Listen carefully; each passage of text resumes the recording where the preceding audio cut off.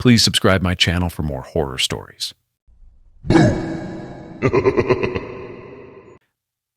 When Jason and his wife moved into their new home, they were thrilled. It was a quiet street, good schools, and a house that finally felt like a step up. The place was old but charming. Creaky wooden floors, tall windows, a spacious attic. The kind of house you imagine raising a family in. The first few weeks were fine. They unpacked, decorated, and got used to the quirks of the place.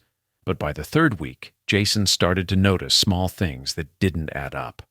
One night, he came home from work late. His wife was already asleep upstairs. He walked into the kitchen and froze. The fridge door was wide open. Milk sat on the counter, warm, as if someone had just taken it out minutes earlier. He closed it, shrugged it off, and blamed it on being tired. Maybe his wife had forgotten, but when he asked her the next morning, she swore she hadn't been in the kitchen at all that night. The next incident was worse. Around 2 a.m., Jason woke up to the faint sound of footsteps in the living room. Slow, deliberate, too heavy to be the house settling. He sat up, listening, every muscle tense. Then came the sound of the front door opening, the distinct squeak of the old hinges. Jason grabbed the baseball bat he kept by the bed and crept downstairs, heart hammering. The door was closed, locked. Nothing was out of place. But on the coffee table, where he was sure he hadn't left anything, sat his car keys, arranged neatly in the center, balanced on top of the remote control. The following night, Jason set up his phone in the hallway on video mode, just to prove to himself it was nothing. He hit record, went upstairs, and tried to sleep. At 3:14 a.m., he woke again. A noise, the faint click of his bedroom door handle turning, like someone testing it. He didn't move. He didn't breathe. After a few seconds, it stopped. The next morning, he checked the video. Most of it was uneventful. Hours of silence. But then, around 2:50 a.m., the camera picked up movement. A figure, tall, lean, moving from the kitchen toward the stairs. It didn't walk with the stumble of a burglar or the shuffle of someone lost. It moved slowly, intentionally. But the worst part wasn't the figure itself. It was the way it turned halfway up the stairs and looked directly into the camera and smiled. Jason dropped the phone. His stomach turned to ice. He rushed to show his wife, but when he opened the gallery, the video was gone. Deleted. That night they stayed at a hotel. They haven't gone back since. The house is still on the market sitting empty. But if you drive past late at night, neighbors swear you can see someone moving through the windows. When Emma and Daniel bought their new house, they thought they'd found a bargain. It was a 2-story home on a quiet cul-de-sac, cheaper than anything else they'd seen. The real estate agent explained that the previous owner had been older and moved into assisted living. Nothing strange about that. The first thing Emma noticed when they moved in was the door at the end of the upstairs hallway. Unlike the other bedroom doors, this one had an old-fashioned lock on the outside. The kind you'd use to keep someone in, not out. When Daniel tried the knob, it wouldn't turn. They assumed it was a storage space or maybe the landlord's room for personal things. They decided to leave it alone for now. For weeks, everything seemed normal.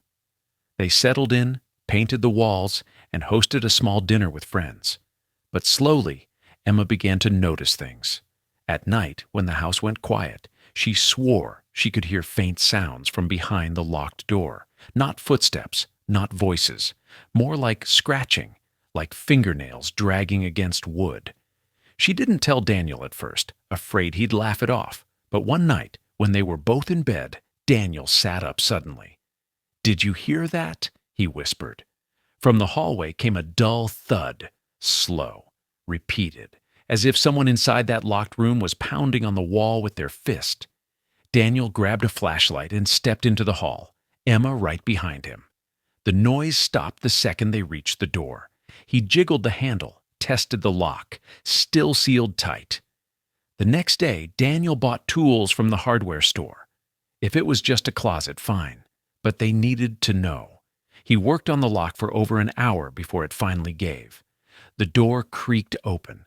The room was completely empty. Bare floorboards, no furniture, no boxes, nothing. Just a single small window nailed shut.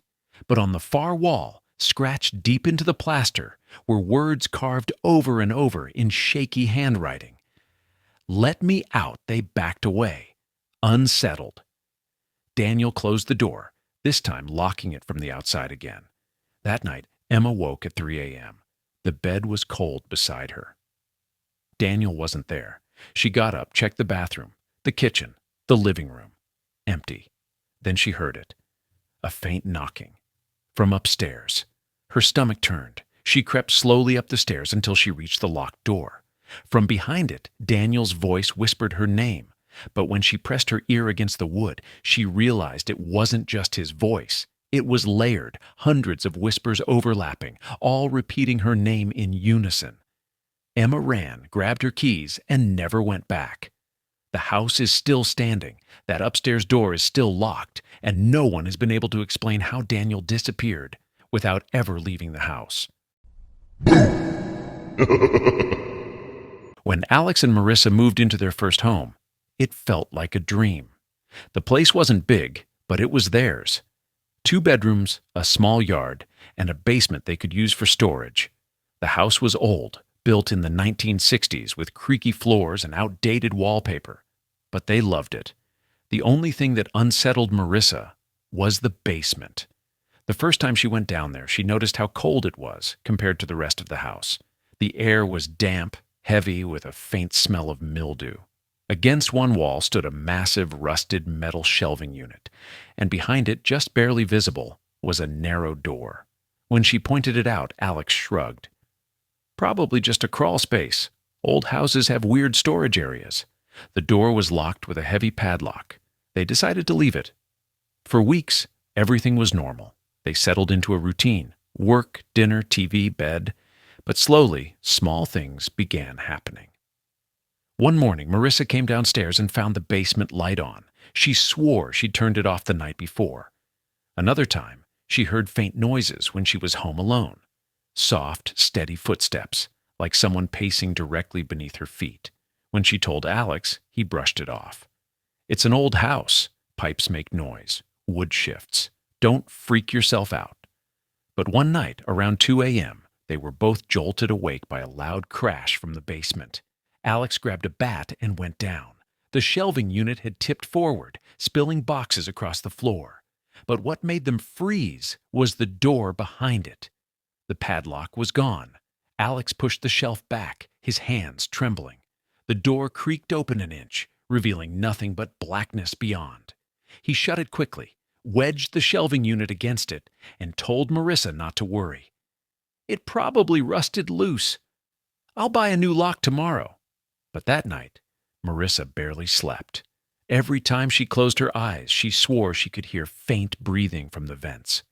Slow, controlled, not like the hum of air, but like someone deliberately exhaling.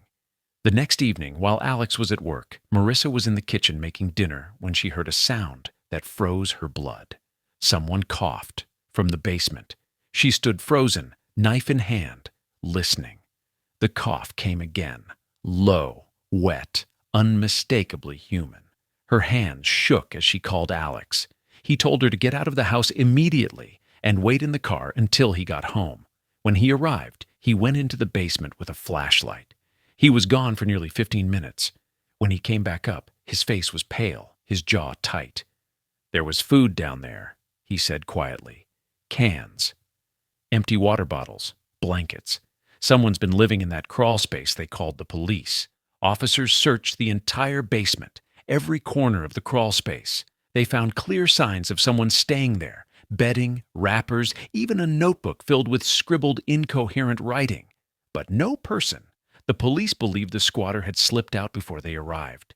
They changed the locks, sealed the basement door, and tried to move on. But Marissa swears that even now, when the house goes quiet at night, she can still hear the faint sound of someone coughing beneath the floorboards. Please subscribe my channel for more horror stories.